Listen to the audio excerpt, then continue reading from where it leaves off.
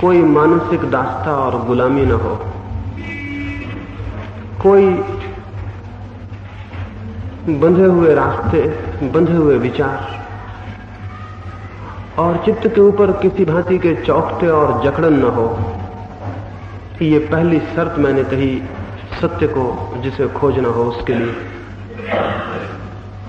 निश्चित ही जो स्वतंत्र नहीं है वो सत्य को नहीं पा सकेगा। और परतंत्रता हमारी बहुत गहरी है। मैं उस परतंत्रता की बातें नहीं कर रहा हूं जो राजनीतिक होती है, सामाजिक होती है या आर्थिक होती है। मैं उस परतंत्रता की बात कर रहा हूं जो मानसिक होती है। और जो मानसिक रूप से परतंत्र है वो और चाहे कुछ भी उपलब्ध कर ले, जीवन में आनंद को और कृतार्थता को, आलोक को अनुभव नहीं कर सकेगा। ये मैंने कल कहा। चित्त की स्वतंत्रता पहली भूमिका है। आज सुबह दूसरी भूमिका पर आपसे कुछ विचार करूं। दूसरी भूमिका है चित्त की सरलता। पहली भूमिका है चित्त की स्वतंत्रता, दूसरी भूमिका है चित्त की सरलता। जिनके चित्त जटिल हैं, उलझे हुए हैं, द्वंद्वग्रस्त हैं, वे भी सत्य को जानने में समर्थ नहीं हो सकते। और हमारे चित्त सरल बिल्कुल नहीं है। हमारे चित्त बहुत जटिल, बहुत उलझे हुए, बहुत द्वंद्वग्रस्त, बहुत विरोधाभासों से भरे, बहुत अराजक है। चित्त की ये जटिलता भी बाधा है, क्योंकि जो अपने भीतर उलझा है वो बाहर आंख कैसे खोल सकेगा। जो अपने भीतर बहुत व्यस्त है और संघर्ष में है वो सत्य के प्रति उन्मुख कैसे हो सकेगा। जो अपने से लड़ रहा है और अपने ही भीतर खंडित है वो अखंड को कैसे जान सकेगा। हम सारे लोग खंडित हैं, अपने ही भीतर बहुत खंडों में विभाजित हैं और वे सब खंड भी एक दूसरे के विरोध में खड़े हैं। क्राइस्ट एक गांव में एक दफा गए। एक युवक उनसे मिलने आया। उस युवक से क्राइस्ट ने पूछा कि तेरा नाम क्या है। इसके पहले कि मैं तुझे कुछ बताऊं, मैं तुझसे पूछ लूं कि तेरा नाम क्या है। उस युवक ने कहा, माई नेम इज लीजियन। मेरे तो 1000 नाम है, मैं कौन सा नाम बताऊं। उस युवक ने कहा कि मेरे तो 1000 नाम है, मैं कौन सा नाम बताऊं। क्राइस्ट ने कहा, कम से कम तूने एक सत्य तो कहा। दूसरे लोग तो अपना एक ही नाम बताते हैं जबकि उनके भीतर हजार आदमी होते हैं। हर आदमी के भीतर बहुत से आदमी हैं। आप एक भीड़ हैं। आपके भीतर कोई व्यक्ति नहीं है, आप कोई इंडिविजुअल नहीं है। आपके भीतर तो एक भीड़ भरी हुई है। महावीर ने कहा है मनुष्य बहुचित्तवान है। हम साधारणता सोचते हैं एक ही चित्त है हमारे पास। महावीर कहते हैं बहुचित्तवान है। अभी आधुनिक खोजें भी कहती हैं मनुष्य पॉलीसाइकिक है, उसमें बहुत से मन एक ही साथ हैं। और आप खुद विचार करें तो दिखाई पड़ेगा बहुत से चित्त हैं आपके पास। जब आप क्रोध में होते हैं तो क्या आपके पास वही चित्त है जब आप बाद में पश्चाताप करते हैं? पश्चाताप करने वाला चित्त बिल्कुल दूसरा है, क्रोध करने वाला चित्त बिल्कुल दूसरा है। इसीलिए आप बार बार पश्चाताप करते हैं और फिर बार बार क्रोध करते हैं। जिस चित्त ने पश्चाताप किया उसकी आवाज उस चित्त तक नहीं पहुंची जो कि क्रोध करता है, अन्यथा क्रोध बंद हो गया होता। एक ही भूल आप 1000 बार करते हैं और भूल को करने के बाद पछताते हैं, दुखी होते हैं, निर्णय लेते हैं कि अब ये भूल नहीं करूंगा। अगर आप एक ही आदमी होते, आपके भीतर एक ही मन होता तो निर्णय पूरा हो जाता। लेकिन आपके भीतर बहुत मन है। जो मन निर्णय करता है वो मन अलग है और जो मन क्रिया करता है वो मन अलग है। इसलिए आपके निर्णय रहे आते हैं और जीवन जैसा है वो वैसा ही चलता जाता है। रात्रि आप तय करके सोते हैं कि सुबह 4 बजे उठाऊंगा। पूरे मन से निर्णय करते हैं कि मैं सुबह 4 बजे उठूंगा। सुबह 4 बजे कोई आपके भीतर कहता है पड़े रहो, क्या फायदा है, सर्दी है। आप सो जाते हैं। सुबह उठ के पछताते हैं और सोचते हैं ये कैसे हुआ, मैंने तय किया था कि उठूंगा, फिर उठा नहीं, कल जरूर उठूंगा। कल आप फिर पाते हैं आपके भीतर कोई कह रहा है क्या फायदा उठने का, सर्दी बहुत है, सोए रहो। ये मन क्या वही है जिसने निर्णय किया था, या कि कोई दूसरा है? आपका मन बहुत खंडों में विभाजित है, उसमें बहुत टुकड़े टुकड़े हैं, और इन टुकड़ों के कारण आपके भीतर एक जटिलता पैदा हो जाती है। जिसका मन एक नहीं है वो जटिल होगा ही, और जटिलता अनंत गुना हो जाती है, क्योंकि एक मन दूसरे मन के विरोध में है। थोड़ा विचार करें, आपने अपने ही हाथ से ये विरोध खड़े कर लिए हैं। शिक्षा और संस्कार ने मन को खंड खंड कर दिया है, उसकी अखंडता नष्ट हो गई, उसका इंटीग्रेशन नहीं है। आप कहते हैं कि आप एक आदमी हैं क्योंकि आपका एक ही नाम है, एक ही लेबल है, सारे लोग जानते हैं कि आप एक ही आदमी हैं। अपने भीतर खोजें तो आपको बहुत आदमी वहां मिलेंगे। आपके विरोध में आपसे भिन्न अनेक अनेक आवाजें आपको भीतर सुनाई पड़ेंगी। क्या कभी आपने ख्याल किया है, कई बार आप कहते हैं कि मैंने अपने बावजूद ऐसा काम किया, in spite of my self. एक आदमी किसी को क्रोध में मार देता है और बाद में कहता है मैंने अपने बावजूद मार दिया। ये कैसे पागलपन की बात है? अपने बावजूद कैसे मार सकते हैं अगर आपके भीतर आपसे विरोधी भी मौजूद ना हो? आपने अनेक बार अनुभव किया होगा, क्रोध जब मैंने किया तो मैं मौजूद ही नहीं था। आपने अनेक बार अनुभव किया होगा, जब मैं वासना से भर गया तो मैं ही नहीं था, न मालूम कौन हो गया था। क्रोध में क्या आप वही होते हैं जो आप शांति में हैं? प्रेम में क्या आप वही होते हैं जो आप घृणा में हैं? नहीं आप होते, आपके चेहरे बदल जाते हैं, आपके भीतर कोई चीज बदल जाती है। आपके भीतर बहुत सी भीड़ है मन की, बहुत से टुकड़े हैं, कोई एक टुकड़ा आपको पकड़ लेता है और आप एक काम कर जाते हैं। उस टुकड़े के हटने के बाद, जैसे कि गाड़ी के चाक पर गाड़ी का चाक घूमता है, उसके आरे कभी कोई एक आरा ऊपर होता है, कभी कोई नीचे हो जाता है, और आरे बदलते रहते हैं, स्पोक्स बदलते रहते हैं। वैसे ही आपका चित्त है, उसमें बहुत चित्त है, कोई चित्त ऊपर होता है, कभी कोई नीचे होता है, और इससे जटिलता पैदा हो जाती है। सरल तो केवल वही हो सकता है जिसके पास एक मन हो। वह तो जटिल होगा ही जिसके पास अनेक मन है, और ये अनेक मन भी ऐसे हैं कि इनमें एक दूसरे का किसी को पता ही नहीं है। ये इसी बात से आपको पता चलेगा कि आपके संकल्प सब अधूरे रह जाते हैं, क्योंकि जो मन संकल्प करता है वो मन पूरे करते वक्त मौजूद ही नहीं होता। आपने कितनी बार तय नहीं किया होगा मैं सत्य बोलूं, समय आता है और आप पाते हैं कि आप असत्य बोल रहे हैं। कितनी बार तय किया है कि मैं सबको प्रेम करूं, और समय आता है और आप पाते हैं कि आप घृणा कर रहे हैं। कितनी बार तय किया है कि सब मेरे मित्र हों, लेकिन आप पाते हैं समय आता है और अनेक आपके शत्रु प्रतीत होने लगते हैं। आप ही तय करते हैं, आप ही निर्णय करते हैं, फिर इसका विरोध कैसे उठाता है?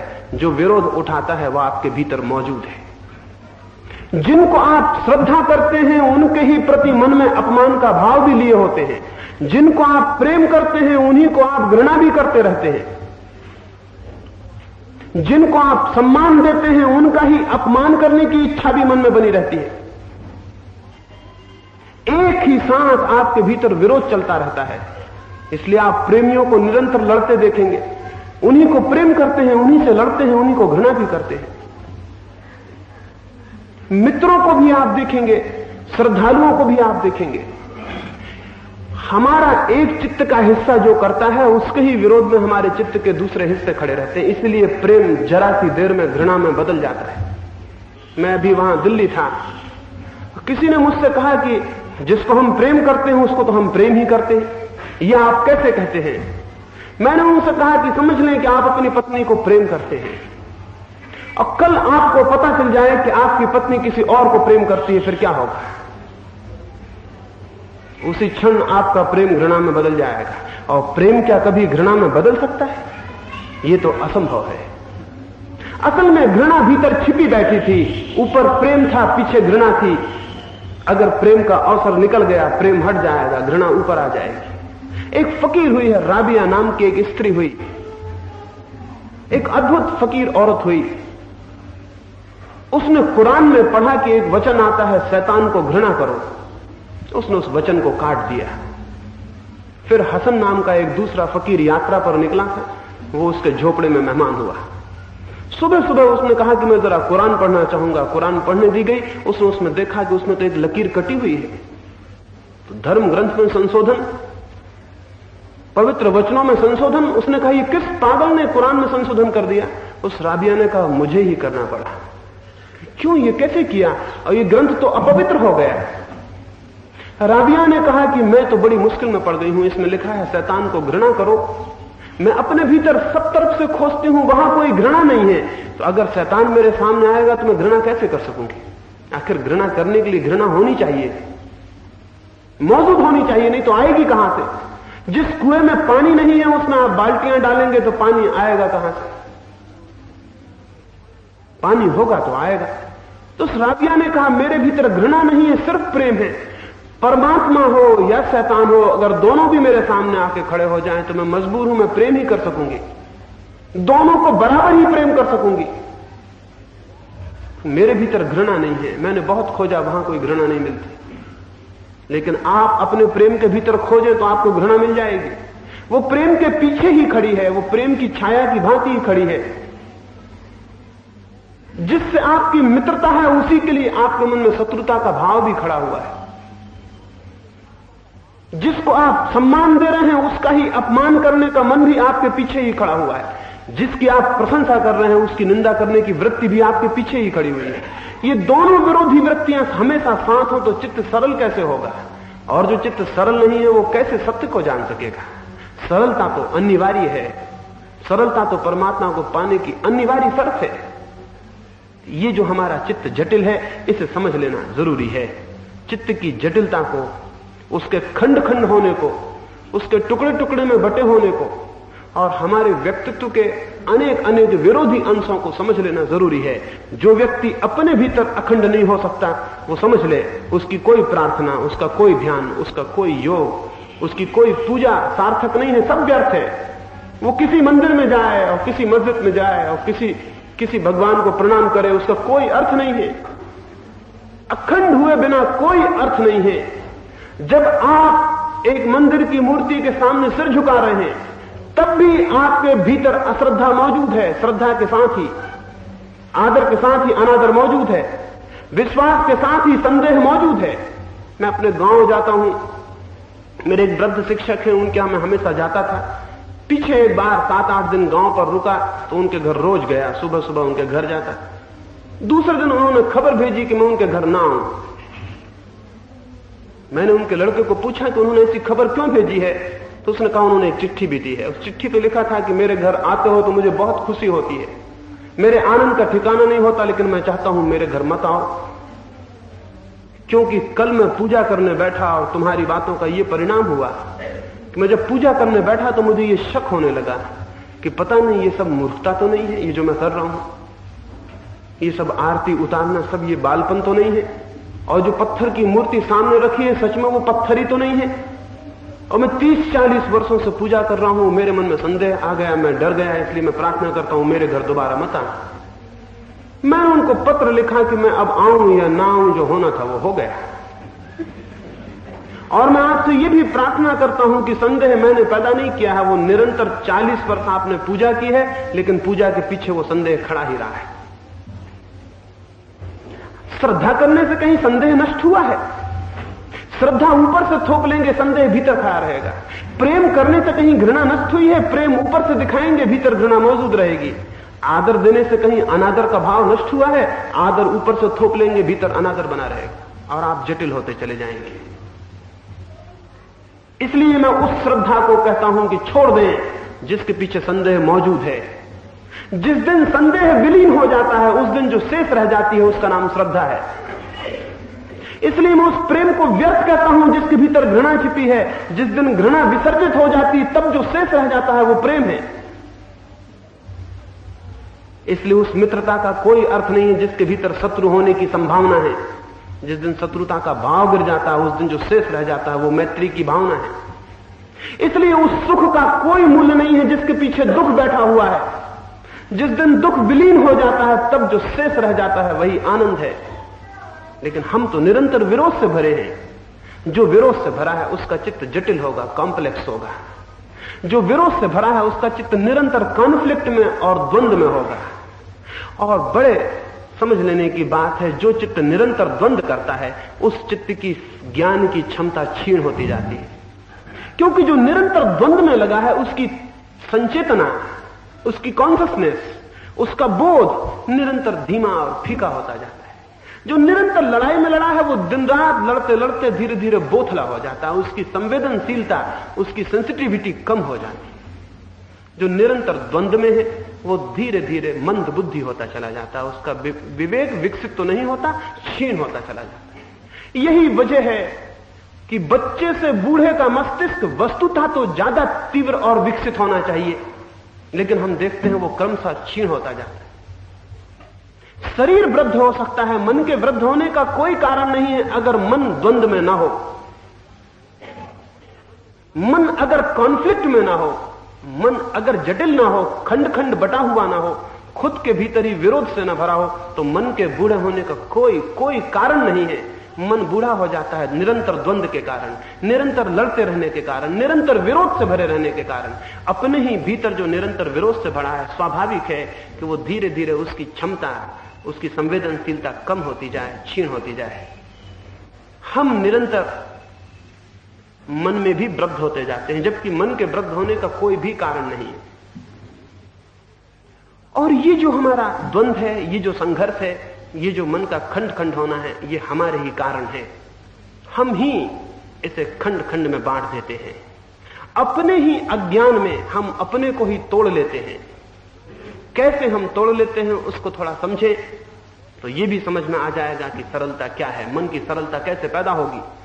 इसके पहले कि मैं उसके विचार में जाऊं, मैं आपको यह कह दूं, साधारणता जो कहा जाता है कि फलां आदमी बहुत सरल है, या साधारणता जो हमसे कहा जाता है सरल होना चाहिए, उस तरह की सरलता को नहीं कह रहा हूं।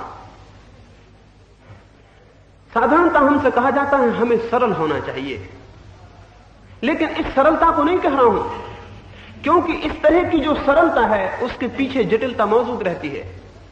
एक आदमी सरल होने का ढोंग कर सकता है, एक आदमी सरल होने का ढोंग अनेक रूपों से कर सकता है। वो बहुत अच्छे कपड़े ना पहने, वो मोटी खादी के सामान्य सीधे साधे कपड़े पहन ले, हम कहेंगे बहुत सरल आदमी है। या वो और भी ज्यादा करे, वो सिर्फ एक लंगोटी लगा ले, हम कहेंगे और भी सरल आदमी है। या और भी करे, वो नंगा ही हो जाए, तो हम कहेंगे कितना सरल आदमी है। ये सरलता नहीं है। या एक आदमी 2 बार खाना ना खाए, 1 बार खाना खाने लगे, हम कहेंगे कैसा सरल आदमी, एक ही बार खाना खाता है। या एक आदमी मांस ना खाए और शाकाहार करने लगे, हम कहेंगे कैसा सरल आदमी है। एक आदमी धूम्रपान ना करे, शराब ना पिए, जुआ ना खेले, हम कहेंगे कैसा सरल आदमी है। इतने से कोई सरल नहीं होता। ये कोई सरलता के कारण नहीं है, बल्कि ऐसे आदमी बहुत जटिल होते हैं, क्योंकि ऐसे आदमी ऊपर से सरलता को ओढ़ लेते हैं, भीतर की जटिलता तो नष्ट होती नहीं, वो तो वहां मौजूद रहती है। मैं एक यात्रा में था और एक सन्यासी मेरे डब्बे में थे, मैं था और वो थे। जिस स्टेशन से उनको लोग छोड़ने आए थे, तो बहुत लोगों ने छोड़ने आए थे, निश्चित ही काफी लोगों ने मानते होंगे। वे केवल एक फट्टा बांधे हुए थे, एक रस्सी से एक फट्टा बांधे हुए थे, फट्टी थी और एक रस्सी से उसको बांधे हुए थे। सामान भी उनके पास एक दूसरी फट्टी और थी, एक छोटी सी टोकरी थी, उसमें 2-3 फट्टी के टुकड़े थे, 2-3 रस्सियों के टुकड़े थे, यही उनका सामान था। लेकिन जब उन्हें लोग विदा करके चले गए तो उन्होंने अपनी टोकरी उठाई और अपने फट्टी के टुकड़े गिने। मैं अकेले था उस कमरे में, मैं उनको चुपचाप देखता रहा। उन्होंने गिन लिए कि जितने उनके टुकड़े थे उतने हैं, उन्होंने उसको रख दिया। फिर रात वो सो गए। जिस स्टेशन पर उन्हें उतरना था, मुझसे उन्होंने पूछा कि वो कब आएगी। मैंने, वो सुबह 6 बजे आएगी, आप बिल्कुल चिंतित न हो, और ये डब्बा उसी स्टेशन पर कट जाएगा, इसलिए कोई चिंता का कारण नहीं, आप मजे से सोएं। लेकिन मैंने देखा वो तो 12 बजे करीब फिर उठ के किसी से पूछ रहे हैं, कोई स्टेशन आइए, पूछ रहे हैं फला स्टेशन तो नहीं आ गए। मैंने उनको फिर कहा कि देखिए आप सो जाएं, लेकिन मैंने देखा 3 बजे के करीब वो फिर किसी स्टेशन पर उठ के पूछ रहे हैं कि फला स्टेशन तो नहीं आ गया। मैंने उनको कहा कि देखिए उस स्टेशन से आप चूक नहीं सकते, ये डब्बा वहीं कट जाएगा, इसलिए बिल्कुल निश्चिंत सो जाएं, आप इतने चिंतित क्यों हैं। ऊपर से वो फट्टा लगाए हुए हैं, भीतर इतनी एंजाइटी और ऐसी व्यर्थ की चिंता है। मैंने सुबह देखा उनकी गाड़ी आने के पहले उन्होंने अपने फट्टे को कस के बांधा, वो ठीक नहीं मालूम पड़ा। फिर उन्होंने उसे दूसरे ढंग से बांधा, फिर वो भी ठीक नहीं मालूम पड़ा, फिर उन्होंने उसे तीसरे ढंग से बांधा, फिर आईने के सामने खड़े होकर उन्होंने देखा कि वो फट्टा ठीक ठाक बन गया। इसको मैं सरलता कैसे कहूं? ये तो जटिलता है। ये तो उस आदमी से भी ज्यादा जटिल हो गया जो अच्छे कपड़े पहने हुए है। ये ऊपर से सरलता का जो ढोंग है, इसका कोई अर्थ नहीं है। ये कोई सरलता नहीं है। सरलता बड़ी दूसरी चीज है। ये वैसा ही है जैसे कोई कागज के फूल घर में लगा ले। कागज के फूलों में और असली फूलों में बड़ा फर्क है। सरलता लाई नहीं जाती, ऊपर से थोपी नहीं जाती। भीतर चित्त अखंड हो जाए तो सरलता बाहर अपने आप आनी शुरू हो जाती है। और तब आदमी क्या पहनता है इससे कोई फर्क नहीं पड़ता, और क्या खाता है इससे कोई फर्क नहीं पड़ता, कैसा उठता बैठता है इससे बहुत फर्क नहीं पड़ता। ये सब अपने आप सरल हो जाता है। भीतर चित्त अखंड हो तो बाहर जीवन में सरलता अपने आप प्रवेश पाने लगती है। भीतर चित्त खंडित हो तो बाहर कोई कितनी ही सरलता को लाद ले, लादी हुई सरलता कोई सरलता नहीं है, कल्टीवेटेड है, उसका कोई मूल्य नहीं है, ऊपर से थोपी गई है। ऊपर से थोपी गई सरलता का क्यों मूल्य नहीं हो सकता? क्योंकि ऐसी सरलता केवल अभ्यास जन्य होती है, सहज उत्पन्न नहीं होती। कबीर ने कहा है, साधु सहज समाधि भली। वो जो सहज उत्पन्न हो और सहज विकसित हो जाए वही भली है। जो असहज हो, थोपी जाए, अभ्यास किया जाए, वो व्यर्थ है। मैं एक गांव गया था, एक साधु मेरे मित्र थे, वे वहां सन्यास की तैयारी में लगे थे। मैं जब उनके झोपड़े के पास गया, मैंने देखा वे अंदर नंगे टहल रहे हैं। खिड़की में से दिखाई पड़ा, फिर मैं द्वार पर गया, मैंने द्वार पर दस्तक दी। जब उन्होंने द्वार खोला तो वो कपड़ा लपेटे हुए हैं। मैंने उनसे पूछा, अभी खिड़की से मैंने देखा था तो आप नग्न थे, अब आप कपड़ा क्यों लपेटे हुए हैं? वे बोले, मैं नग्न रहने का अभ्यास कर रहा हूं, आज नहीं कल मुझे नग्न साधु हो जाना है, तो उसका मैं अभ्यास कर रहा हूं। अकेले मैं अभ्यास करूंगा पहले, फिर कुछ मित्रों के बीच, फिर थोड़ा बाहर निकलूंगा घर के, फिर गांव में, फिर शहर में, इस भांति धीरे धीरे अभ्यस्त हो जाऊंगा। मैंने उनसे कहा, आप किसी सर्कस में भर्ती हो जाइए, आपको संन्यास लेने की कोई जरूरत नहीं, आप किसी सर्कस में भर्ती हो जाइए। ये इसलिए आपसे कहता हूं कि अभ्यास से आई हुई नग्नता वो नग्नता नहीं है जो महावीर को आई होगी। वो नग्नता अभ्यास से नहीं, इनोसेंस से आई। वो नग्नता प्रैक्टिस नहीं की गई थी। चित्त इतना सरल हो गया, इतना निर्दोष हो गया कि वस्त्र अनावश्यक हो गए, छूट गए। वे वस्त्र छोड़े नहीं गए, वे वस्त्र छूट गए। ऐसे जो नग्नता आ जाए वो तो अर्थपूर्ण है, और वस्त्र छोड़ के अभ्यास करके जो नग्नता आए तो वो तो कोई भी सर्कस में कर सकता है, उसका तो कोई मामला नहीं है, उसकी कोई कठिनाई नहीं। एक आदमी इतने इतने प्रभु के स्मरण से भर जाए कि उसे भोजन का ख्याल ना आए और दिन बीत जाए और उपवास हो जाए, ये तो समझ में आता है। और एक आदमी चेष्टा करके, अभ्यास करके दिन भर भूखा रह जाए, ये मेरी समझ में नहीं आता।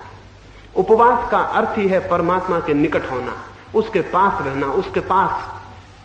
जो उसके पास जिसका चित्त है, उसके कारण अगर भोजन भूल जाए और उपवास हो जाए तो समझ में आता है। अन्यथा फिर साधा हुआ उपवास बिल्कुल व्यर्थ हो जाता, उसका कोई मूल्य नहीं। साधा हुआ सभी व्यर्थ हो जाता है। जो आ जाए उसकी सार्थकता है, साधे हुए की सार्थकता नहीं। जीवन में जो भी महत्वपूर्ण है वो आता है, साधा नहीं जाता। अगर मैं आपके प्रति प्रेम को साध लूं तो वो प्रेम सत्य होगा। साधा हुआ प्रेम कैसे सत्य हो सकता है? साधा हुआ प्रेम तो अभिनय होगा, पाखंड होगा। आया हुआ प्रेम, मेरे भीतर से प्रेम फूटने लगे, उसके अवरुद्ध द्वार खुल जाएं और मेरे भीतर से प्रेम की धारा बहने लगे, वो तो समझ में आता है। और मैं चेष्टा करूं, प्रयास करूं और आपको प्रेम करूं तो उस प्रेम का क्या मूल्य होगा? वैसे ही सरलता का भी कोई मूल्य नहीं है जो साध ली गई हो। लेकिन हम चारों तरफ लोगों को सरलता साधते हुए देखते हैं। जिसको हम साधु कहते हैं वो सरलता साधे हुए है। सारी चेष्टा है उसकी एक एक बात के लिए नियम और विधि और विधान है। कब उठना है, कब सोना है, क्या खाना है, क्या पहनना है, रत्ती रत्ती उसका हिसाब है, उसकी बड़ी प्लानिंग है।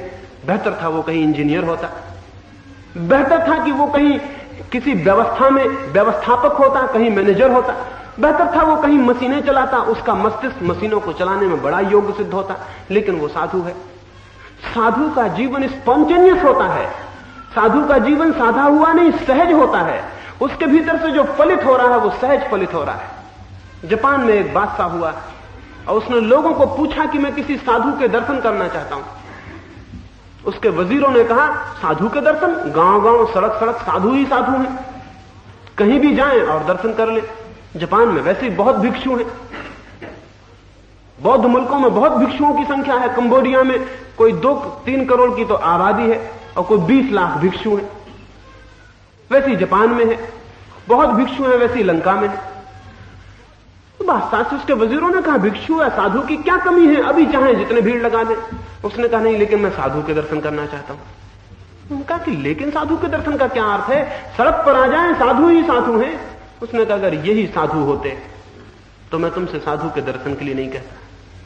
ये सब मुझे अभिनय करते हुए लोग मालूम पड़ते हैं। एक खास ढंग के कपड़े पहन लेने से, खास ढंग का सिर घुटा लेने से, खास ढंग का झोला लटका लेने से कोई साधु कैसे हो सकता है? ये सब मुझे बड़े इमेच्योर, बड़े बचकाने लोग मालूम पड़ते हैं। इनके भीतर अभिनय की वृत्ति है। ये सारे के सारे एक्टर्स तो हो सकते हैं, लेकिन ये साधु कैसे हो सकते हैं? आप देखें जरा साधुओं को, कोई एक विशेष ढंग का टीका लगाया है, कोई एक विशेष ढंग के कपड़े पहने हुए है, कोई कुछ किए हुए, कोई कुछ, और फिर उनके पीछे चलने वाले भी ठीक वैसे ही किए हुए हैं। ये सब कितना बचकाना, कितना चाइल्डिश, कितना इमेच्योर, कितना अप्रौढ़ मालूम होता है। कोई विचारशील, विवेकशील व्यक्ति ऐसा अभिनय कर सकता है?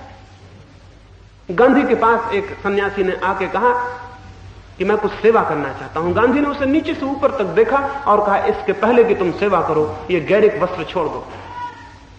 उसने कहा, क्यों, इनसे क्या बाधा है?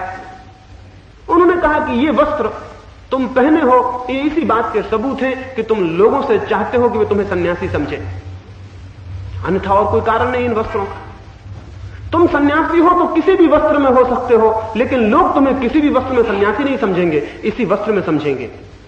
तुम चाहते हो कि लोग समझें कि तुम सन्यासी हो, और जो चाहता है कि लोग समझें सन्यासी है, वो आदमी सन्यासी नहीं है, कि लोगों की चाह से उसका क्या संबंध। तो उस राजा ने कहा, मैं साधु को मिलना चाहता हूं। वजीरों ने बहुत खोज की कि कोई साधु है। बहुत मुश्किल से पता चला कि गांव के बाहर एक झोपड़े में एक आदमी रहता है, कुछ लोग कहते हैं वो साधु है। राजा वहां गया, वो सुबह सुबह पहुंचा, सोचा साधु ब्रह्म मुहूर्त में उठाता होगा, तो वो गया। तो सुबह के कोई 7, 7:30 बज रहे थे, सूरज ऊपर उठाया था और साधु सोया हुआ था। भगवान बुद्ध की मूर्ति रखी थी, उससे वो पैर टिकाए हुए था। राजा ने कहा, ये कैसा साधु है, भगवान की मूर्ति से पैर टिकाए हुए और इतनी देर तक सोया हुआ है। लेकिन जो उसे ले गए थे उन्होंने कहा, इतने जल्दी निर्णय न ले, क्योंकि साधु को पहचानना इतना आसान नहीं। इतने जल्दी निर्णय लेने से ही तो असाधु साधु बने हुए दिखाई पड़ रहे हैं। क्योंकि कोई भी 4 बजे उठ सकता है, कोई बड़ी कठिन बात है, और कोई भी भगवान के हाथ जोड़ के बैठा हुआ मिल सकता है, कोई कठिन बात है। जरा थोड़ा निर्णय लेने में जल्दी ना करें। ये आदमी कुछ है जो भगवान पर पैर टेके हुए है, ये कोई आदमी सामान्य नहीं है। सिर्फ साधु ही टेक सकता है भगवान पर पैर, और कोई नहीं टेक सकता। थोड़ा रुकें, जल्दी निर्णय ना लें। वो साधु कोई 8 बजे उठा होगा। राजा ने उससे छूटते ही पूछा कि तुम इतनी देर तक सोए हुए थे, साधु को ब्रह्म मुहूर्त में उठाना चाहिए। उसने कहा कि मैं तो ब्रह्म मुहूर्त में उठता हूं, जब उठता हूं तभी ब्रह्म मुहूर्त मानता हूं। जब परमात्मा उठा देता है उठाता हूं, जब परमात्मा सुला देता है तो सो जाता हूं। ना अपनी तरफ से सोता हूं, ना अपनी तरफ से उठता हूं। अपने को छोड़ ही दिया उसी दिन जिस दिन साधु हुआ, अपने को छोड़ दिया उसी दिन। अब जो होता है, जब धूप में बैठता हूं, धूप तेज लगने लगती, भीतर परमात्मा कहता है छाया में चलो, तो छाया में आ जाता हूं। और जब छाया ठंड देने लगती है और परमात्मा कहता है धूप में चलो, तो धूप में चला जाता हूं। अपने को मैंने छोड़ दिया है। अब मैं सिर्फ जी रहा हूं और मैं नहीं हूं। तो जब नींद खुलती है उठाता हूं, जब भूख लगती है तो खाना मांग लाता हूं। राजा ने कहा, हैरान, तुम्हारा कोई विधि विधान नहीं है, कोई व्यवस्था नहीं है। उसने कहा, बस कोई विधि विधान नहीं है। जिसने परमात्मा के हाथ में अपने को छोड़ा, उसका कोई विधि विधान नहीं होता। सब विधि विधान अहंकार से पैदा होते हैं। सारी विधि विधान की व्यवस्था अहंता से पैदा होती है। हम कुछ थोपना चाहते हैं जीवन पर, उससे पैदा होती है। और जो मनुष्य भी जीवन पर कुछ थोपना चाहता है, जो मनुष्य जीवन से कोई विशेष अपेक्षा रखता है कि वो ऐसा हो ऐसा ना हो, जो कुछ निषेध करता है और कुछ स्वीकार करता है, वो मनुष्य सरल नहीं हो सकता। और सरलता साधु की अनिवार्य शर्त है। सरलता जीवन में सत्य को पाने की अनिवार्य शर्त है। उस साधु ने कहा कि हवा पानी की तरह जो हो जाता है, जैसे एक सूखा पत्ता उड़ता हो, हवा जहां ले जाए चला जाता है, हवा जहां गिरा दे गिर जाता है, फिर हवा उठा ले तो फिर उड़ जाता है। सूखे पत्ते की तरह जो हो जाए, वैसा व्यक्ति केवल सरल हो सकता है, बाकी तो सारे लोग जटिल होंगे। सागर पर तैरता हुआ लकड़ी के टुकड़े की भांति जो हो जाए कि लहरें जहां ले जाएं चला जाए और लहरें जहां छोड़ दें छूट जाए, जिसकी अपनी कोई विधि निषेध की इच्छा नहीं है, जिसका अपना कोई आरोपण नहीं है, वही केवल सरल हो सकता है। तो हम कैसे सरल होंगे जिनका कि 24 घंटे विधि निषेध है, जो 24 घंटे अपने को एक विशेष भांति से बनाने में लगे हैं, वे लोग कैसे सरल होंगे? जो आदमी भी अपने को बनाने की चेष्टा में लगा है वो सरल नहीं हो सकता। जो आदमी इस कोशिश में लगा है कि मैं परमात्मा को पाऊंगा, जो आदमी इस कोशिश में लगा है कि मैं साधु हो जाऊंगा, जो आदमी इस कोशिश में लगा है कि मुझे तो सज्जन होना है, जो आदमी इस कोशिश में लगा है कि मुझे अहिंसक होना है, मुझे सत्यवादी होना है, मुझे अक्रोधी होना है, जो इस कोशिश में लगा है वो आदमी सरल कैसे होगा? वैसा आदमी सरल नहीं हो सकता। जो मनुष्य जीवन में किसी आदर्श के प्रति अपने को समर्पित करता है वो कभी सरल नहीं हो सकता। और हम सारे लोग किसी न किसी आदर्श के प्रति समर्पित हैं। महावीर को हुए 2500 वर्ष हुए, क्राइस्ट को हुए 2000 वर्ष हुए, बुद्ध को हुए 2500 वर्ष हुए, राम को और भी ज्यादा हुआ, कृष्ण को बहुत समय हुआ। उनके बाद हमने आदर्श पकड़ लिए हैं। बुद्ध के बाद 2500 वर्ष से उनके पीछे चलने वाला बुद्ध होने की कोशिश में लगा है। कोई दूसरा आदमी बुद्ध हुआ? 2500 वर्षों में नहीं हुआ। कोई दूसरा आदमी महावीर हुआ? 2500 वर्षों में नहीं हुआ। कोई दूसरा आदमी क्राइस्ट हुआ? 2000 वर्षों का अनुभव तो इंकार करता है कि नहीं हुआ। फिर भी लाखों लोग क्राइस्ट होने की चेष्टा में लगे हैं, लाखों लोग बुद्ध होने की, लाखों लोग महावीर होने की। जरूर उसमें कोई बुनियादी गलती है। जो आदमी भी किसी दूसरे आदमी के जैसा होने की चेष्टा में लगता है वो जटिल हो जाएगा, स्वभावता जटिल हो जाएगा। वो अपने को इंकार करने लगेगा और दूसरे को अपने ऊपर थोपने लगेगा। वो अपनी वास्तविकता को निषेध करने लगेगा और दूसरे की आदर्शवत्ता को ओढ़ने लगेगा। वो आदमी कठिन हो जाएगा, जटिल हो जाएगा, उसका चित्त खंड खंड हो जाएगा, वो टूट जाएगा अपने भीतर, उसके भीतर द्वंद्व उत्पन्न हो जाएगा। और बड़ी मुश्किल तो यही है कि महावीर होने के लिए सरल होना जरूरी है, बुद्ध होने के लिए सरल होना जरूरी है, क्राइस्ट होने के लिए सरल होना जरूरी है, और जो उनका अनुगमन करते हैं अनुगमन करने के कारण जटिल हो जाते हैं। ये स्थिति आपको दिखनी चाहिए। कोई किसी का अनुगमन करके कभी सरल नहीं हो सकता। अनुगमन का अर्थ ही हुआ कि मैंने दूसरे मनुष्य जैसे होने की चेष्टा शुरू कर दी, बिना उस मनुष्य को समझे हुए जो मैं था, जो मैं हूं। मैं जो हूं इसे समझे बिना मैंने दूसरा मनुष्य होने की चेष्टा शुरू कर दी। मैं जो रहूंगा वो रहा आऊंगा और दूसरे मनुष्य का आवरण, अभिनय, पाखंड अपने ऊपर थोप लूंगा। इसलिए धार्मिक मुल्क अत्यंत पाखंडग्रस्त हो जाते हैं। हमारा मुल्क है, इससे ज्यादा पाखंडी मुल्क जमीन पर खोजना कठिन है। इससे ज्यादा जटिल मुल्क, जटिल कौम, जटिल जाति खोजनी बिल्कुल मुश्किल है। जितना पाखंड हम में घना और गहरा है इतना जमीन पर किसी कौम में नहीं हो सकता। और उसका कारण कुल यह है कि हम सब अनुकरण, आदर्श, हम कुछ होने के पागलपन में लगे हैं, उस मनुष्य को समझे बिना जो हम हैं। जबकि जीवन की कोई भी वास्तविक क्रांति जो हम हैं उसके समझने से शुरू होती, जो मैं वस्तुता हूं उसे समझने से शुरू होती है। एक आदमी क्रोधी है, एक आदमी लोभी है, एक आदमी दंभी है। एक दंभी आदमी कोशिश में लग जाता है कि मैं विनीत हो जाऊं, क्या होगा? एक अहंकारी मनुष्य है, शिक्षा और संस्कार और समझाने वाले लोग उससे कहते हैं अहंकार छोड़ दो तो तुम्हें बहुत शांति मिलेगी। वो अहंकारी मनुष्य अहंकार को छोड़ने में लगेगा, क्या करेगा? वो करेगा ये। अहंकार कहीं छोड़ा जाता है? अहंकार कहीं छोड़ा जा सकता है? कौन छोड़ेगा अहंकार? जो छोड़ने में लगा है वो अहंकार ही तो है। इसलिए जब छूटने का उसे लगने लगेगा तो वो ये कहने लगेगा मैंने अहंकार छोड़ दिया, मैं विनीत हो गया, मैं विनम्र हो गया हूं, मेरे पास कोई अहंता नहीं है। और ये सब क्या है? ये सब अहंता का हिस्सा है। कभी अहंकार को कैसे छोड़ सकेगा? छोड़ने में और परिपुष्ट हो जाएगा और सूक्ष्म हो जाएगा। इसलिए सन्यासी के बराबर सूक्ष्म अहंकार गृहस्थ का नहीं होता, हो नहीं सकता। गृहस्थ तो एक दूसरे से मिल जाते हैं, सन्यासी एक दूसरे से मिलते भी नहीं। सन्यासियों को कहिए एक दूसरे से मिले तो नहीं मिल सकते। एक बड़े साधु को मैंने कहा कि फला साधु से आप मिले, वो बोले जरा मुश्किल है। क्यों मुश्किल है? कौन पहले नमस्कार करेगा यही मुश्किल है। अगर दो साधु मिले तो कौन कहां बैठेगा यही मुश्किल है। कौन नीचे बैठेगा, कौन ऊपर बैठेगा। एक जलसे में मैं था, वहां कोई 30-40 साधु अलग अलग तरह के आमंत्रित थे। उस समारोह को करने वालों की इच्छा थी कि सारे लोग एक ही मंच पर बैठे, लेकिन नहीं बैठ सके क्योंकि कोई शंकराचार्य थे, उनको तो सिंहासन चाहिए, उस पर ही बैठेंगे। और जब शंकराचार्य सिंहासन पर बैठेंगे तो दूसरा साधु उनके नीचे पैरों में कैसे बैठने को राजी हो सकता? उसने कहा मैं भी सिंहासन पर बैठूंगा। फिर ये भी डर है कि सिंहासन किसका ऊंचा नीचा होगा। ये सोचते हैं आप, ये पागल हैं या साधु हैं, ये विनम्र हैं या अहंकार की अंतिम चरम सीमा है। ये अहंता का सूक्ष्मतम रूप है। इसलिए दुनिया में साधु लड़ते हैं और लड़ाते हैं, क्योंकि अहंकार जहां भी हो वहीं संघर्ष और द्वंद्व और लड़ाई खड़ा कर देता है। ये अहंता है और अहंकार कभी अहंकार को छोड़ ही नहीं सकता। जब वो छोड़ने में लगता है तब भी अहंकार ही है जो सोच रहा है कि मैं विनम्र हो जाऊं।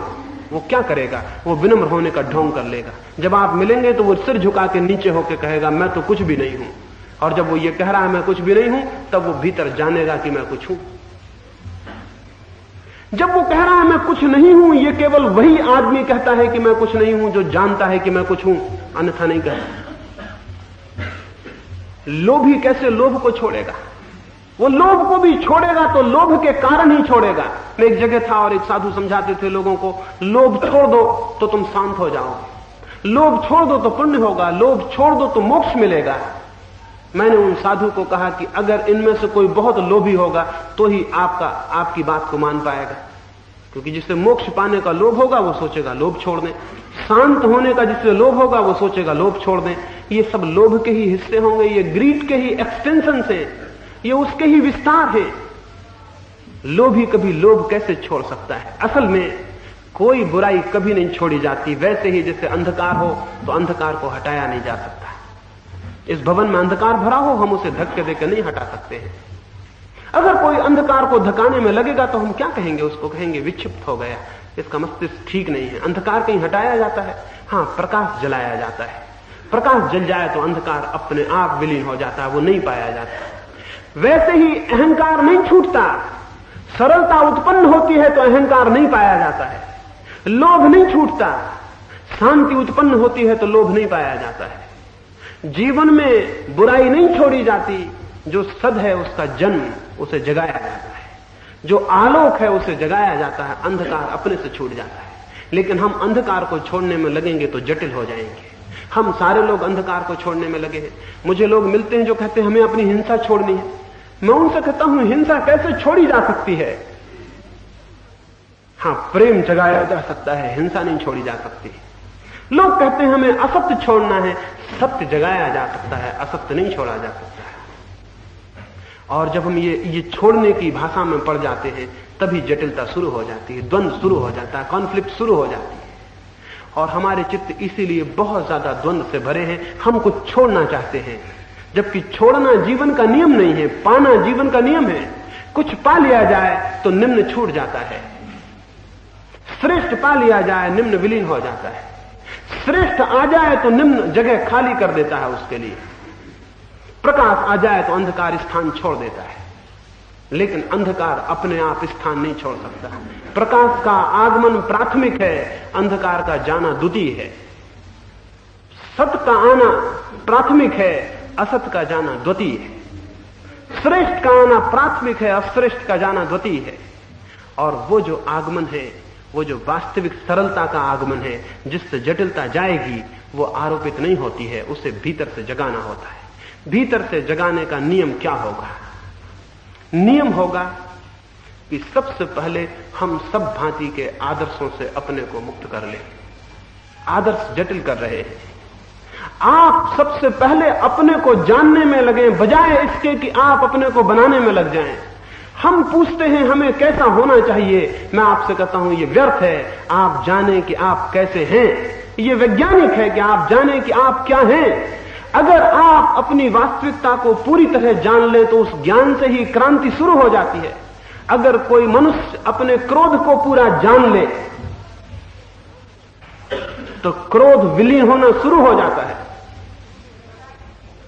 क्रोध को विलीन करने के लिए और कुछ करना जरूरी नहीं, क्रोध को जान लेना ही जरूरी। लेकिन आपने कभी क्रोध नहीं जाना।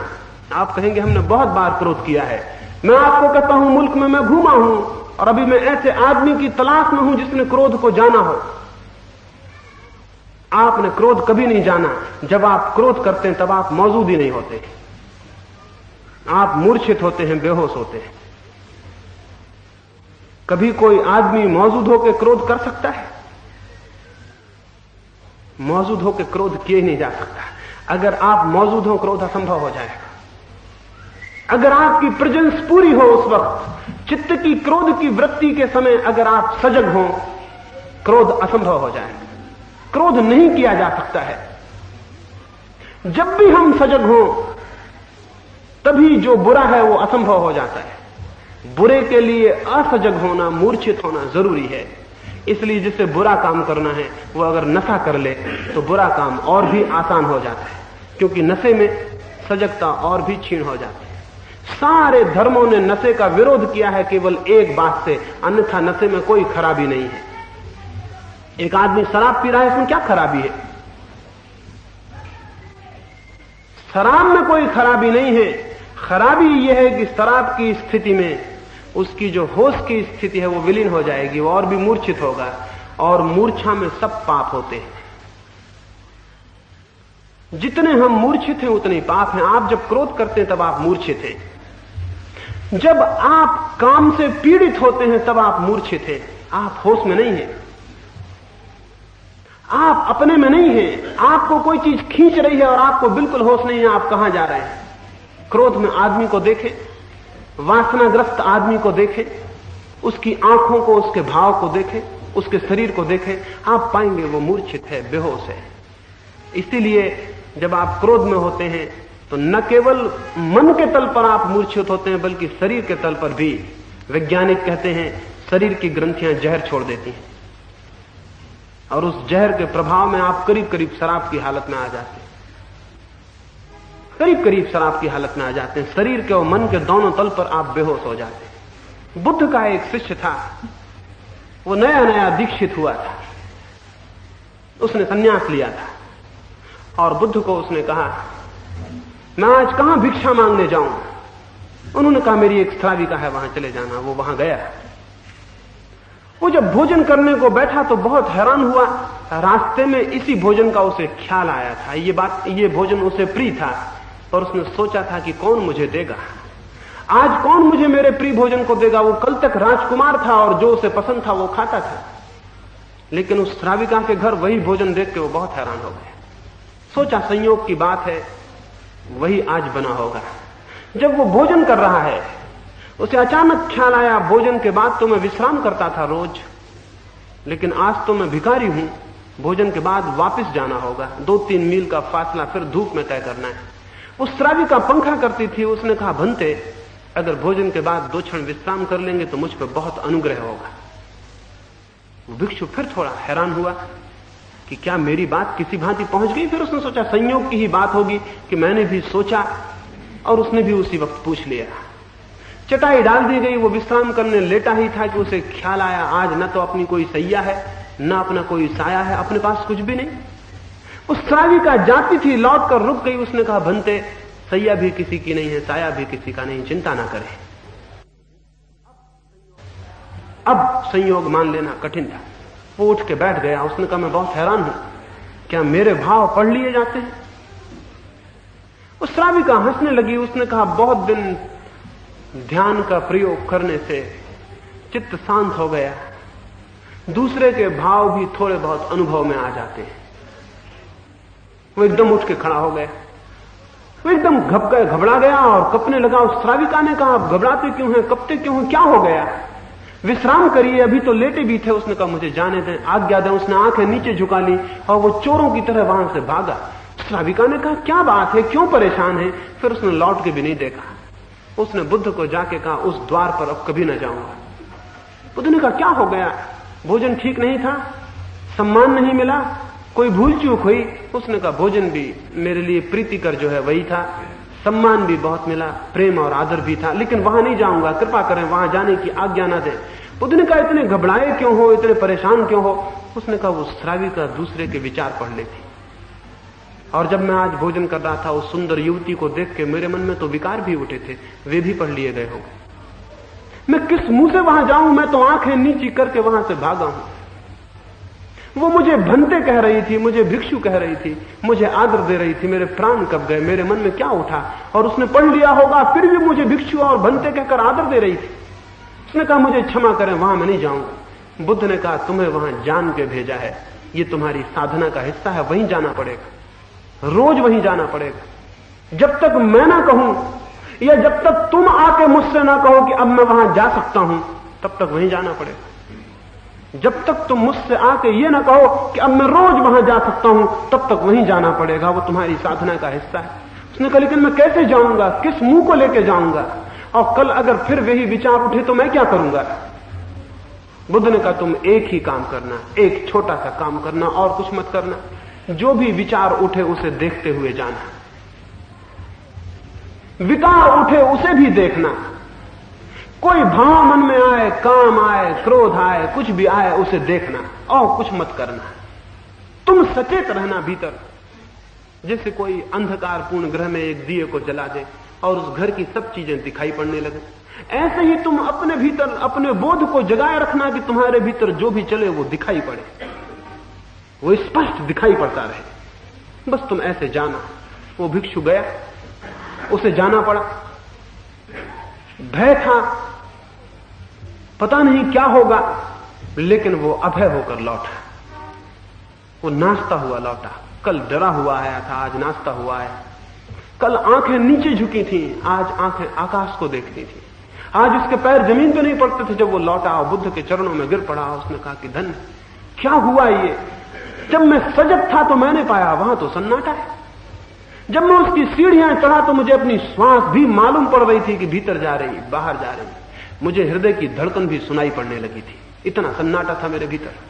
कोई विचार सरकता तो मुझे दिखता, लेकिन कोई सरक नहीं रहा था। मैं एकदम शांत उसकी सीढ़ियां चढ़ा, मेरे पैर उठे तो मुझे मालूम थे कि मैंने बायां पैर उठाया और दायां रखा, और मैं भीतर गया और मैं भोजन करने बैठा। ये जीवन में पहली दफा हुआ कि मैं भोजन कर रहा था तो मुझे कौर भी दिखाई पड़ता था, मेरा हाथ का कंपन भी मालूम होता था, श्वास का कंपन भी मुझे स्पर्श और अनुभव हो रहा था। और तब मैं बड़ा हैरान हो गया, मेरे भीतर कुछ भी नहीं था, वहां एकदम सन्नाटा था, वहां कोई विचार नहीं था, कोई विकार नहीं था। बुद्ध ने कहा, जो भीतर सचेत है, जो भीतर जागा हुआ है, जो भीतर होश में है, विकार उसके द्वार पर आने वैसे ही बंद हो जाते हैं जैसे किसी घर में प्रकाश हो तो उस घर में चोर नहीं आते। जिस घर में प्रकाश हो तो उसके चोर दूर से ही निकल जाते हैं। वैसे ही जिसके मन में बोध हो, जागरण हो, अमूर्छा हो, अवेयरनेस हो, उस चित्त के द्वार पर विकार आने बंद हो जाते हैं, वे शून्य हो जाते हैं। मैं कहता हूं, आपने क्रोध कभी देखा नहीं, क्योंकि क्रोध आप देखते तो क्रोध विलीन हो जाता। आपने कभी सेक्स देखा नहीं, अगर देखते तो विलीन हो जाता। जो भी देख लिया जाए मन के तल पर वही विलीन हो जाता है। जो भी देख लिया जाए उसकी परिपूर्णता में वही विलीन हो जाता है। उसके विलीन हो जाने पर जो शेष रह जाता है वो है प्रेम, वो है ब्रह्मचर्य, वो है अक्रोध, वो है शांति, वो है अहिंसा, वो है करुणा। जो शेष रह जाता है वो हमारा स्वभाव है, उसे कहीं से लाना नहीं है। जो फॉरेन एलिमेंट, जो विजातीय तत्व हमारे ऊपर है, वही भर विलीन हो जाएं तो जो हमारे भीतर है वो प्रकट हो जाएगा। परमात्मा हमारा स्वभाव है। उस स्वभाव में करुणा सहज है, प्रेम सहज है, ब्रह्मचर्य सहज है, दया और अहिंसा और सत्य और अपरिग्रह और सरलता वहां सहज है। अगर विजातीय विलीन हो जाए तो वो सहजता प्रकट हो जाएगी। इसलिए मैंने कहा साधुता सहजता है। सरलता है, स्पॉन्टेनियस है। और कबीर का जो मैंने वचन कहा, साधु सहज समाधि भली, उसका अर्थ है कि जो बिल्कुल सहज होकर देखेगा उसे समाधि उत्पन्न हो जाएगी, विकार विलीन हो जाएंगे और भीतर से उसका जन्म होगा जो सत्य है। लेकिन ये किसी के पीछे जाने से नहीं होगा, अपने ही भीतर आने से होगा। ये किसी का अनुगमन करने से नहीं होगा, अपनी ही वृत्तियों का अनुसरण करने से होगा। महावीर और बुद्ध के पीछे नहीं जाना है, क्रोध और काम के पीछे जाना है, उसको पकड़ना और पहचानना है। कोई आदर्श आपको बनाने की जरूरत नहीं है। जो आदर्शतम है वो आपके भीतर मौजूद है। आपको कुछ होना नहीं है, जो आप हैं अगर आप उसी को जान सकें तो सब हो जाएगा। लेकिन हम कुछ होने में लगते हैं, इससे जटिलता, इससे उलझा और द्वंद्व पैदा हो जाता है। कुछ होने में ना लगे, जो है उसे जानने में लगे। और घबराएं ना, क्रोध से ना घबराएं, काम से ना घबराएं, द्वेष से ना घबराएं, घृणा से ना घबराएं, मोह से, लोभ से ना घबराएं। घबराने की कोई भी जरूरत नहीं है। इनमें प्रवेश करें, इनके प्रति सजग हों, जाने, होश से इनको पहचाने, इनका विश्लेषण करें, इनमें प्रवेश कर जाएं। जो व्यक्ति अपने लोभ में प्रवेश कर जाएगा वो अलोक पर पहुंच जाता है। जो अपने क्रोध में प्रवेश कर जाता है वह क्रोध पर पहुंच जाता है। जो अपने काम में, सेक्स में प्रवेश कर जाता है वो ब्रह्मचर्य को अनुभव कर लेता। लेकिन हम तो बाहर से डरे डरे परेशान, उनमें प्रवेश ही नहीं करते, कभी उनको जानना ही नहीं चाहते, कभी उनमें प्रवेश करके पूरे उनके आंतरिक जड़ों तक जाना नहीं चाहते। हम तो बाहर ही घबराए रहते हैं। बुरे लोग वे हैं जो बुरा काम करके नष्ट हो जाते हैं, भले लोग वे हैं जो बुरे काम के डर से ही नष्ट हो जाते हैं। एक गांव में एक वृद्ध अपने गांव की सीमा के बाहर बैठा था। एक फकीर था और गांव के बाहर ही रहता था। रात उसने देखा एक बड़ी विकराल छाया गांव में प्रवेश कर रही है, एक विकराल छाया मात्र। उसने पूछा कि तुम कौन हो, ये छाया किसकी है और ये कहां जा रही है? सुनाई पड़ा कि मैं महामारी हूं और गांव में 1000 बुरे लोगों को नष्ट करने आई हूं। उसने कहा सिर्फ बुरे लोगों को ना, सिर्फ बुरे लोगों को। 3 दिन गांव में रहूंगी और 1000 बुरे लोगों को नष्ट कर दूंगी। लेकिन 3 दिन में तो कई हजार लोग गांव में नष्ट हो गए। उसमें बुरे ही लोग नहीं थे, बहुत से भले लोग थे, साधु थे, सज्जन थे। वो वृद्ध सजग रहा कि तीसरे दिन जब वो लौटे छाया तो मैं उससे पूछूं कि ये क्या हुआ, धोखा दिया? वो छाया तीसरे दिन रात को वापस लौटती थी। उस वृद्ध ने कहा कि ठहरो और मुझे बताओ कि मुझे धोखा दिया और झूठ बोली। तुमने कहा 1000 बुरे लोगों को नष्ट करूंगी, 3 दिन में तो हजारों लोग नष्ट हो गए। उसमें बहुत भले और साधु और सज्जन भी नष्ट हुए। वो महामारी बोली मैंने तो 1000 बुरे लोग नष्ट किए, बाकी अच्छे लोग भय से नष्ट हो गए। उसने कहा कि मैंने तो 1000 बुरे लोग नष्ट किए, बाकी अच्छे लोग भय से मर गए। वो मैंने नष्ट नहीं किए, मेरा जुम्मा 1000 का, बाकी सब अपने से मर गए। तो बिल्कुल ही काल्पनिक है बात, लेकिन सच है। बुरे लोग क्रोध करके नष्ट हो जाते हैं, अच्छे लोग क्रोध से डर के नष्ट हो जाते हैं। तीसरा रास्ता है, न तो क्रोध करने का सवाल है, न क्रोध से लड़ने का सवाल है, क्रोध को जानने का सवाल है। न तो क्रोध के पीछे क्रोधी हो जाने का सवाल है और न क्रोध से डर के अक्रोध को लादने का सवाल है। सवाल क्रोध को जान के क्रोध को विसर्जित करने का है। और जानते ही क्रोध विसर्जित हो जाता है, जानते ही जटिलता विसर्जित हो जाती। ज्ञान से बड़ी कोई क्रांति नहीं है। अभी रास्ते में हम आते थे तो बात चलती थी कि ज्ञान हो जाए तो फिर क्या करेंगे, ज्ञान हो जाए तो फिर आचरण कैसे करेंगे, ज्ञान हो जाए तो उसे फिर जीवन में कैसे लाएंगे। ये गलत ही बात है, ये गलत ही बात है। ये वैसे ही है जैसे कोई पूछे कि प्रकाश हो जाए तो फिर अंधेरे का क्या करेंगे। जैसे कोई पूछे कि यहां प्रकाश तो जल गया लेकिन फिर अंधेरे का क्या करेंगे, तो हम उससे क्या कहेंगे? हम उससे कहेंगे फिर तुम प्रकाश के जलने का अर्थ ही नहीं समझे। प्रकाश के जलने का अर्थ ही है कि अंधेरा नहीं हो गया। ज्ञान का अर्थ ही है कि अज्ञान नहीं हो गया। और जो आचरण अज्ञान से निकलता था वो अज्ञान के चले जाने पर नहीं हो जाएगा, वो रह कैसे जाएगा। अज्ञान अनाचरण है, ज्ञान आचरण है। ज्ञान को आचरण में लाना नहीं होता है। ज्ञान हो तो आचरण अपने आप है, अज्ञान को भी आचरण में नहीं लाना होता। अज्ञान हो तो अनाचरण अपने आप है। आप कोई क्रोध को लाते हैं, आपने कभी क्रोध लाया है? आप हमेशा पाते हैं क्रोध आया। आप क्रोध को कभी लाए हैं? आपने कभी घृणा की है? आप हमेशा पाते हैं आई। आई का क्या अर्थ है? आई का अर्थ है कि भीतर अज्ञान है, अनाचरण आता है। ठीक वैसे ही अगर भीतर ज्ञान हो तो आचरण आता है, वो भी लाया नहीं जाता। अगर भीतर ज्ञान हो तो प्रेम वैसे ही आएगा जैसे घृणा आती है अभी, करुणा वैसे ही आएगी जैसे क्रूरता आती है अभी, अहिंसा वैसे ही आएगी जैसे हिंसा आती है अभी। अज्ञान का जो प्रकाशन है वो अनाचरण है, ज्ञान का जो प्रकाशन है वो आचरण है। आचरण थोपा नहीं जाता, वो ज्ञान से निस्तृत होता है, बहता है और आता है। जीवन में जो भी है वो सब आता है, लाया कुछ भी नहीं जाता है। और इसलिए ये जो मैंने कहा कि जीवन सरल हो, जटिलता ना हो उसमें, इसका यह अर्थ मत ले लेना कि आपको सरलता लानी है। इसका अर्थ केवल इतना है, अपनी जटिलता जाननी है और जटिलता में प्रवेश करना है। जटिलता में प्रवेश का सूत्र है जटिलता के प्रति चित्त की सारी वृत्तियों के प्रति जागरण।